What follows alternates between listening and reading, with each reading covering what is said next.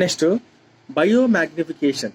Biomagnification biomagnification కూడా వాటర్లో పొల్యూషన్లో ఒక భాగమే.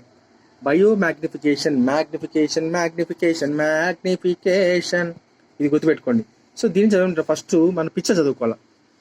Biomagnification of DDT in and aquatic food chain. D అంటే ఆక్వాటిక్ ఫుడ్ చైన్లో డిడిటి యొక్క బయోమాగ్నిఫికేషన్లో చూద్దాం. ఇక్కడ ఏమంటారు చూడండి, వాటర్ చూద్దాం ఎలా పోతుంది చూద్దాం. వాటర్లో ఫస్ట్ డిడిటి ఎంత ఉంది, 0.00 ppd ఉందా. అవి వాటర్ తాగిన జూప్లాంక్టోన్స్ జంతువులు కదా ఇవన్నీ, దాంట్లోకి ఎంత పోయింది, 0.04 ppm అయింది. ppd సారీ ppb ఇది ppm. ఇక్కడ స్మాల్ ఫిషెస్లో 0.5 పెరుగుతుంది చూడండి, ఇది చిన్న ఉంది కొంచెం పెరిగింది, ఇది దీని నుంచి తింటే పెరిగింది కదా. తర్వాత 0.5 ppm అయింది. తర్వాత లార్జ్ ఫిషెస్లో 2 ppm అయింది. తర్వాత ఇవి తిన్న లార్జ్ ఫిష్ ఈటింగ్ బర్డ్స్లోకి వెళ్తే 5 ppm అయింది.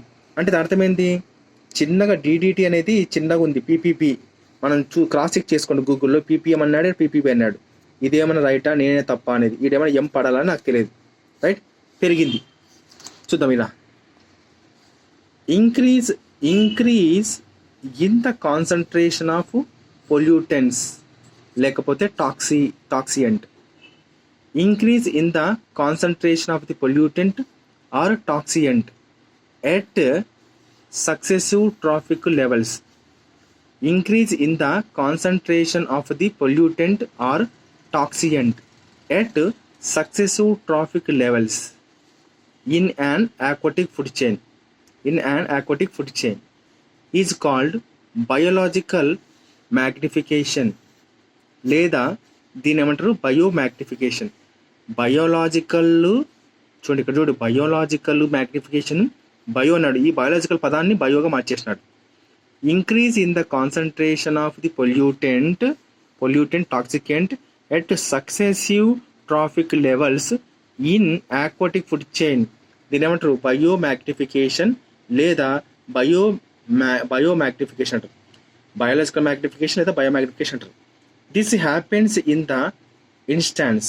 ఇది ఎలాగ జరుగుతుంది, this happens in the instance where a toxic substances accumulated by an organism is not metabolized. లేకుంటే అంటే కరిగిపోదు. అండ్ చూడండి, మెటబాలిజం అంటే గుర్తుపెట్టుకోండి, మెటబాలిజం అంటే దీంట్లో ఎనబాలిజం ప్లస్ కెటబాలిజం రెండు కలిస్తేనే మెటబాలిజం అవుతుంది. So metabolism by organism is not metabolised or excreted. చూడండి, ఎప్పుడైతే టాక్సిక్ సబ్స్టెన్స్ అనేది ఆర్గానిజము లోపలికి వెళ్ళిందో అది కరిగిపోదు, మరియు తర్వాత వచ్చేసి బాత్రూంలో కూడా రాదనమాట. సో జస్ట్ బాడీలో అక్యుములేట్ అవుతుంది అనమాట. సో ఈ విధంగా చూడండి, toxic substances accumulated by an organisms is not excreted, బయటికి రాదు బాత్రూమ్ ద్వారా, లేదంటే అరిగిపోదు లేదా ఎక్స్క్రీటెడ్ అవ్వదు. సో ఈ విధంగా passes in to the next traffic level. So next traffic లెవెల్కి పాస్ అవుతుంది. This phenomena is well known regarding DDT and mercury pollution. ఇటువంటి దాన్ని మీరు ఎక్కడ చూస్తారంటే డిడిటి అనే ఎగ్జాంపుల్ కెమికల్లో మెర్క్యూరీ పొల్యూషన్లో ఎక్కువ చూస్తాం. అందుకే మెర్క్యూరీ వేసుకున్నప్పుడు మనకు చిన్న పాదరసం ఏదో బాగుందని చిన్న పుండు ఉందనుకో లోపలికి వెళ్ళిపోతుంది, అంటే సందు నవ్వుడు దానికి mercury pollution. Next as shown in figure 8.24 ఇదే కదా, right. The concentration of DDT is increased at successive traffic level. Successive అంటే దీని తర్వాత ఇది, దీని తర్వాత ఇది, దీని తర్వాత ఇది, అట్లా traffic level starting at very low concentration of 0.03 pp. చూడండి, ppb కరెక్ట్ ఇది. బి పార్ట్స్ పర్ బిలియన్ 0.03 అంటే తక్కువ ఉంటుంది in water, which increase to high concentration of 5 ppm. ఇక్కడ నుంచి 5 ppmకి వెళ్ళిపోయింది, అంటే parts per million in fish eating birds through magnification ద్వారా వెళ్ళిపోయింది. It can reach maximum up to 25 ppm. So ఇది ఎంతవరకు రీచ్ అవుతుంది, it can reach maximum 25 ppm వరకు అవుతుంది. So high concentration of DDT ఉండడం వల్ల ఏమవుతుందంటే disturb the calcium metabolism in birds. పక్షులలో జరుగుతున్న కాల్షియం మెటబాలిజం అనేది దెబ్బతీస్తుంది. దీనివల్ల ఒకవేళ హై కాన్సన్ట్రేషన్ ఆఫ్ డిడిటి అనేది దానిలోకి వెళ్తే, చూడండి ఇక్కడ 5 ppm ఉంది, ఇంకా ఎక్కువ స్థాయి కూడా వెళ్తుంది అనమాట. పక్షుల్లో 25 ppm వరకు వెళ్తుంది. ఇది వెళ్ళింది అనుకో ఇంకేంది, పక్షుల్లో ఉండే కాల్షియం మెటబాలిజం మొత్తం డిమాండ్ అంటది అనమాట దీనివల్ల. సో దీని కారణంగా ఏం జరుగుతుంది, థిన్నింగ్ ఆఫ్ ఎగ్ షెల్ అంటే ఏంది, పక్షులకు గుడ్లు పెడతాయా, గుడ్డు మీద దాని పొర మనం గుడ్డు తొప్పదీస్తామా, అది థిన్నింగ్ ఆఫ్ ఎగ్ షెల్ అంటే పల్చగా ఉంటుంది అనమాట. అండ్ దేర్ ప్రీమెచ్యూర్ బ్రేకింగ్ గుడ్డు ముందే లోపల పెరిగిపోతుంది, ప్రీమెచ్యూర్ బ్రేకింగ్.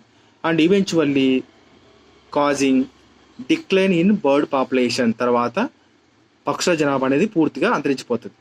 ఇక్కడ మనకు అడిగే క్వశ్చన్ ఏంటంటే పీపీబీ అంటే ఏంది, పార్ట్స్ పర్ బిలియన్. చూడండి బి తర్వాత ఎం వస్తుంది, సో బిలియన్ తర్వాత మిలియన్. ఓకే, ఇంకోటి దీనివల్ల ఏమొస్తుంది అంటే బర్డ్స్ లోపల కాల్షియం మెటబాలిజం తగ్గిపోతుంది, అది రైట్. ఓకే, అంతకంటే ఏం లేదా దీంట్లో. డిడిటి మైక్రో పొల్యూషన్, బయోమాగ్నిఫికేషన్ అంటే ఇదే, ఇంకా అది చూసుకోండి, ఇంతకంటే ఎక్కువ. నెక్స్ట్ యూట్రాఫికేషన్ ఇచ్చినాడు, చూద్దాం యూట్రాఫికేషన్ ఏందో, దీని కథ ఏం చూద్దాం. న్యాచురల్ ఏజింగ్ ఆఫ్ లేక్ అంటే సర్వసాధారణంగా సరస్సులు ఏమైతాయంటే అంతరించిపోతుంటాయి. న్యాచురల్ ఏజింగ్ ఆఫ్ లేక్ దీనివల్ల by nutrient enrichment of its water is known as eutrophication. గుర్తుపెట్టుకోండి, eutrophication. Natural ageing of lake by nutrient enrichment of its water is known as eutrophication. ఇప్పుడు young lake ఉంది అంటే అప్పుడే పెరుగుతున్న వయసులో ఉన్న సరస్సు ఉంది. The water is cold and clear supporting the little life, చిన్న జీవులకు అది ప్రాణం ఇస్తుంది. Gradually nutrients such as nitrates, phosphates అంటే వాడు ఏం చెప్తాను, న్యూట్రియంట్స్ అంటే ఇక్కడికి వెళ్ళాడు న్యూట్రియంట్స్ అంటే ఇక్కడ ఇది గుర్తుపెట్టుకోండి, అంటే ఏంది ఇంప్యూరిటీస్కి చెప్తుండే మనకు, నైట్రేట్, అమోనియా, ఫాస్ఫేట్, సోడియం, పైన అనమాట. అది gradually nutrients such as nitrates, phosphates are carried into the lake via streams. గుర్తుపెట్టుకోండి, ఈ చిన్న సరస్సులోకి ప్రవహిస్తున్న నీళ్లు తీసుకొని వస్తాయి streams. In course of time, కాలక్రమేణా ఏంటివి, నైట్రేట్స్, ఫాస్ఫేట్స్ ఎక్కడి నుంచి తీసుకొస్తాయి. This encourages the growth of aquatic algae. So ఏవైతే నీళ్లు ఇంప్యూరిటీస్ ఉన్నావో దీనివల్ల ఏమైతే ఇక్కడ ఏం పెరుగుతుంది, ఆక్వాటిక్ ఆల్గే అనేది పెరుగుతుంది. ఎట్లా పెరుగుతుంది అంటే ఈ ఆల్గే పెరగాలంటే ఇవే మనకు కావాల్సింది అనమాట, అట్లా. So this encourages the growth of aquatic algae and other plants. Consequently దాని పరిణామానుసారంగా ఎనిమల్ లైఫ్ ప్రొలిఫరేట్స్, అంతవీరంగా పడిపోతుంది. And organic matter gets deposited on the bottom of the lake. Okay, over centuries, తరాలు మారే కొద్దీ, as silt and organic debrises piles up.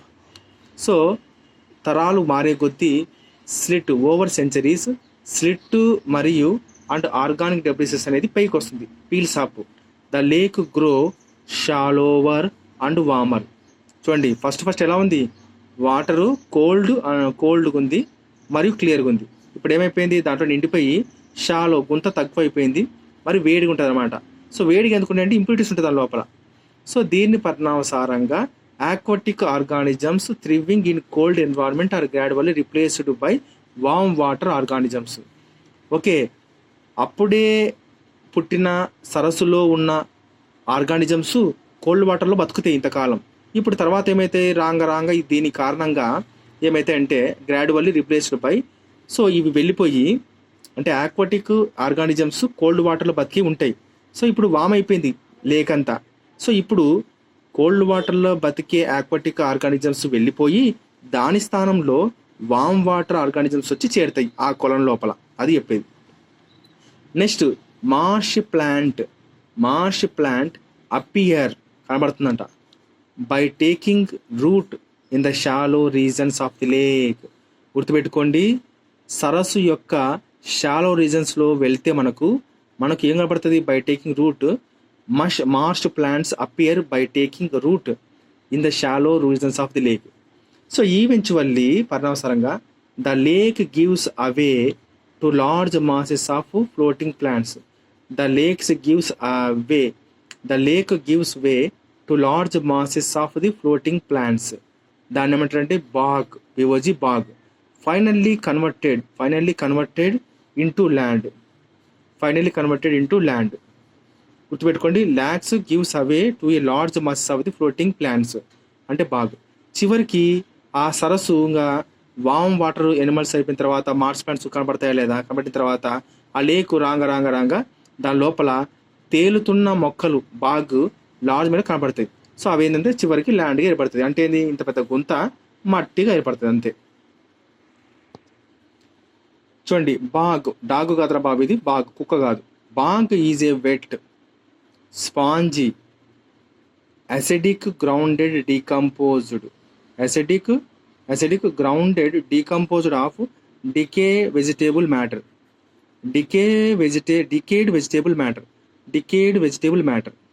దాన్ని ఏమంటారు bog. ఇవేంటివి, large mass of floating plants. ఇట్లాంటి క్వశ్చన్ అడుగుతాడు వాడు. బాగ్ అంటే ఏంది అంటాడు. మనం ఏం చేస్తాం, టేబుల్లోనే ఉంటుంది, మనం అన్ని వదిలేస్తాం, ఇది మాత్రం చదువుతాం, ఇది బాగా గుర్తుంది, నాకు ఇది గుర్తులేదు అనుకుంటాం. అట్లాంటి క్వశ్చన్ అడగడు వాడు, పైన టేబుల్ అడుగుతున్నాడు. So depending upon the climatic conditions, the size of lake and other factors, the natural aging of lake may span thousands of years. However, ఏదేంటి కూడా పొల్యూటెంట్స్ ఫ్రమ్ హ్యూమన్ యాక్టివిటీ, దాన్ని ఏమంటారు, హ్యూమన్ యాక్టివిటీ అంటే anthropogenic అంటారు. So radically accelerate the raising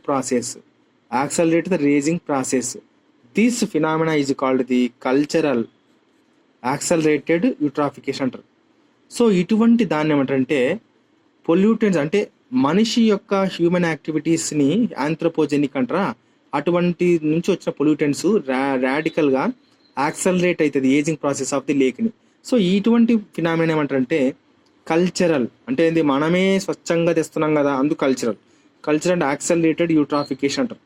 cultural అంటే మనుషులే వాటంతటా what a చేస్తున్న పనుల ద్వారా ఏర్పడినాయి కాబట్టి కల్చరల్ అండ్ యాక్సలరేటెడ్ యూట్రాఫికేషన్ అని అన్నారు. During the past century, lakes in many parts of the earth have been severely eutrophied by sewage. Okay, so కొన్ని సంవత్సరాల సెంచరీస్ క్రితము భూమి మీద చాలా లేక్స్ కూడా ఎక్కువగా యూట్రాఫిఫైడ్ అయ్యేది సీవేజ్ ద్వారానే, మరియు అగ్రికల్చర్ ద్వారా, ఇండస్ట్రియల్ వేస్ట్ ద్వారా కానీ, అగ్రికల్చర్ వేస్ట్ ద్వారా కానీ, సీవేజ్ వేస్ట్ ద్వారా కానీ ఆ సరస్సు మొత్తం యూట్రాఫికేషన్ అయిపోయింది. అది ద ప్రైమరీ కంటామినెంట్. గుర్తుపెట్టుకోండి, ద ప్రైమరీ కంటామినెంట్ ఏంటివి, ఇది మాత్రం క్వశ్చన్ రా బాబు. ద ప్రైమరీ కంటామినెంట్స్ ఏంటివి, ఆర్ నైట్రేట్స్ అండ్ ఫాస్ఫేట్స్.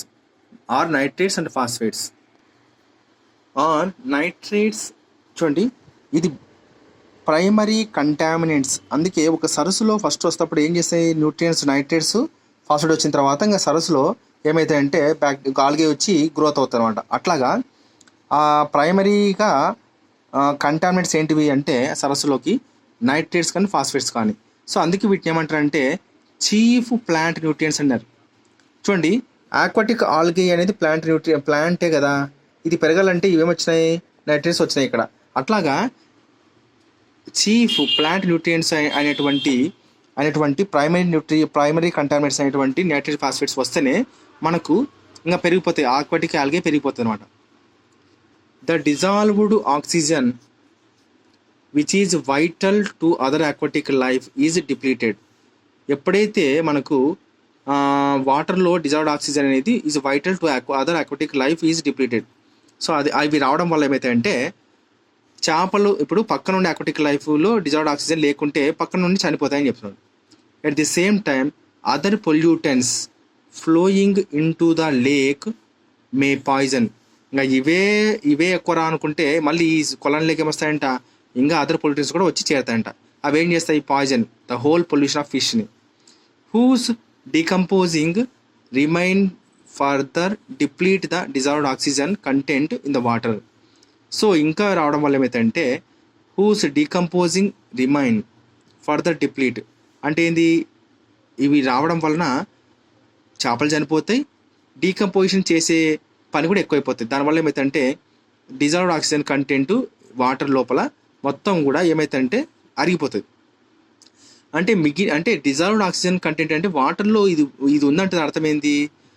అంటే డిజాల్వ్డ్ ఆక్సిజన్ కంటెంట్, వాటర్లో ఉన్న డిజాల్వ్ అయిపోయిన ఆక్సిజన్ కంటెంట్ అనేది రాంగ డిప్లీట్ అయిపోతుంది ఇంకా టాక్సిక్ చేరితే. ఎప్పుడు డీకంపోజింగ్ టైంలో whose decomposing remains further deplete the dissolved oxygen content. ఇది డిజాల్వ్డ్ అంటే వాటర్లో. బయాలజికల్ ఆక్సిజన్ డిమాండ్ వేరు, ఇది బయాలజికల్ ఆక్సిజన్ డిమాండ్ వేరు. Okay right.